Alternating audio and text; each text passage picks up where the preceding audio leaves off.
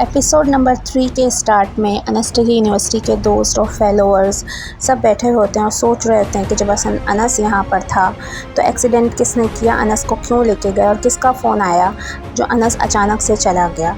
ये सब सोच ही रहे होते हैं कि आंसा कहती है कि हम सब थाने जाएंगे। सब कहते हैं हम कैसे थाने जाएंगे, तो कहने लगी जब हम गवाह हैं कि अनस बेकसूर है तो हम जाके उसे प्रोटेक्ट करेंगे। सब मना करते हैं कि हम नहीं जाएंगे, लेकिन जैसे ही आंसा खड़ी होती है सब उसके पीछे एक एक करके उठने लगते हैं।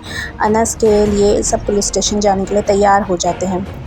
दादा जान को पता नहीं होता है सारी बातों का। दादा जान मुलाजमा से पूछते हैं कि ऐसा क्या हो रहा है, घर में अफरा तफरी फैली। तो मुलाजमा उन्हें बताती है कि आप मेरा नाम मत लीजिएगा, किसी एक्सीडेंट का चक्कर है, शायान से एक्सीडेंट हो गया है और अनस का अभी तक कुछ पता नहीं है कि अनस कहाँ गए। दादा जान कहते हैं एक्सीडेंट हो गया है, शायान कैसा है। तो मुलाजमा कहती है शायान ठीक है, शायान से एक्सीडेंट हुआ है।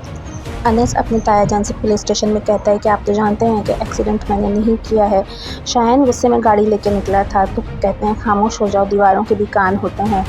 तो अनस कहता है आप मुझे किस तरीके से यहाँ डाल सकते हैं। वो कहते हैं तो ठीक है फिर मैं अपना नाम दे देता हूँ, तुम चले जाओ। तो कहता है मैंने ऐसा नहीं कहा। वो कहते हैं बेटा सिर्फ एक ही रात की बात है, कल तुम रिहा हो जाओगे, फ़िक्र मत करो, फॉर्मेलिटी है, तुम इनको तो जानते हो, मेरे बचपन के दोस्त हैं इंस्पेक्टर साहब, तो ये तुम्हें रिहा कर देंगे। इतने में कांस्टेबल आके बताता है कि बाहर अनस के यूनिवर्सिटी के दोस्त आ गए हैं और वो चिल्ला रहे हैं और कह रहे हैं अगर हमें अनस से मिलने नहीं दिया तो हम वीडियो बना लेंगे।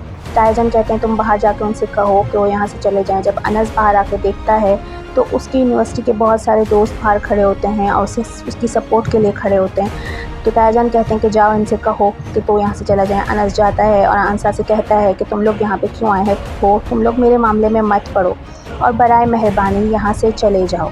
आंसा हैरान रह जाती है, यूनिवर्सिटी वाले भी हैरान रह जाते हैं कि आखिर अनस ऐसा कर क्यों रहा है, जब उसने एक्सीडेंट नहीं किया तो वो इस तरीके से बिहेव क्यों कर रहा है। ये सुन के सबका मोराल डाउन हो जाता है।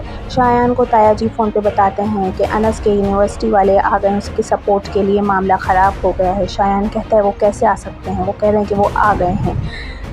उसके बाद यूनिवर्सिटी के तमाम लोग बैठकर कहते हैं आंसा से कि ये हमारे बस की बात नहीं है, अनस ने जब खुद ही मना कर दिया है तो हम क्या कर सकते हैं। लेकिन आंसा बज़िद होती है कि नहीं, मैं अनस को यहाँ से लेके जाऊँगी, जब वो बेकसूर है मुझे पता है तो मैं यहाँ से नहीं जाऊँगी। एक एक करके सब लोग जाने लगते हैं। आंसा कहती है मैं नहीं जाऊँगी।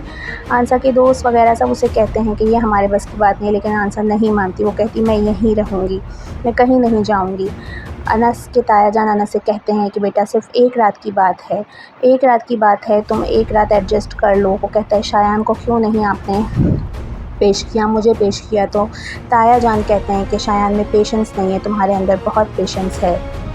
शायान अपने दोस्त के साथ पुलिस स्टेशन आता है कि यूनिवर्सिटी के लोगों को भगा देगा, लेकिन वो जब आंसा को देखता है वो कहता है कि मैं इसको भगा कर ही रहूँगा। उसका दोस्त कहता है कि पंगे में मत पड़, मगर वो नहीं समझता। वो जाके आंसा से कहता है कि आप कह रही हैं अनस आपके साथ था, लोग इसका गलत मतलब लेंगे, ताने कचहरी की बातें अलग होती है। उस पर आंसा जमील उसको थप्पड़ मार देती है।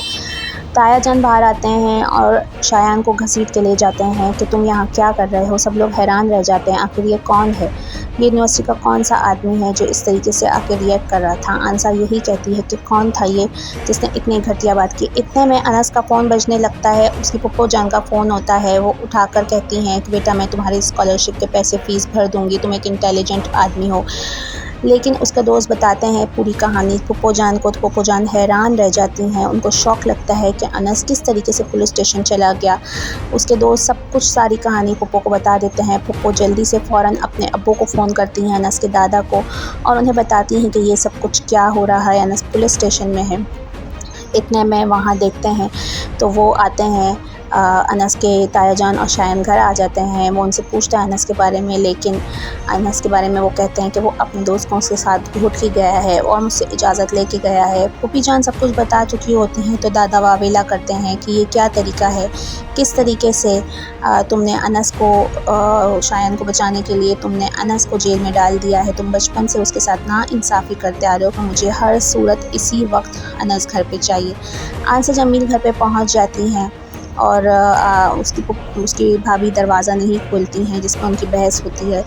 जब दादा जान को ये पता लग जाता है तो वो कहते हैं कि मुझे फ़ौरन अनस चाहिए, तुम शायान को पेश करो। तो शाज़मीन कहती है कि मैं अपने बेटे को पेश नहीं करूँगी।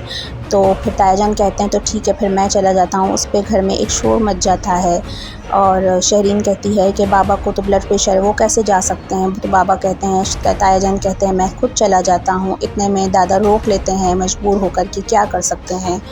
दादा रोक लेते हैं और कहते हैं कि सुबह मुझे अनस चाहिए। वो अपने अपने कमरों में चले जाते हैं। दादा अनस के लिए परेशान हो रहे होते हैं कि अनस किस तरह से पूरी रात गुजारेगा, लेकिन वहाँ कोई कुछ नहीं सुनता और सब अपने कमरों में चले जाते हैं। दादा जान भी मजबूर होकर अपने कमरे में चले जाते हैं। दूसरी तरफ अनस जेल में बैठा हुआ सोच रहा है कि बचपन से ही ये लोग मेरे साथ नाइंसाफ़ी करते आए हैं।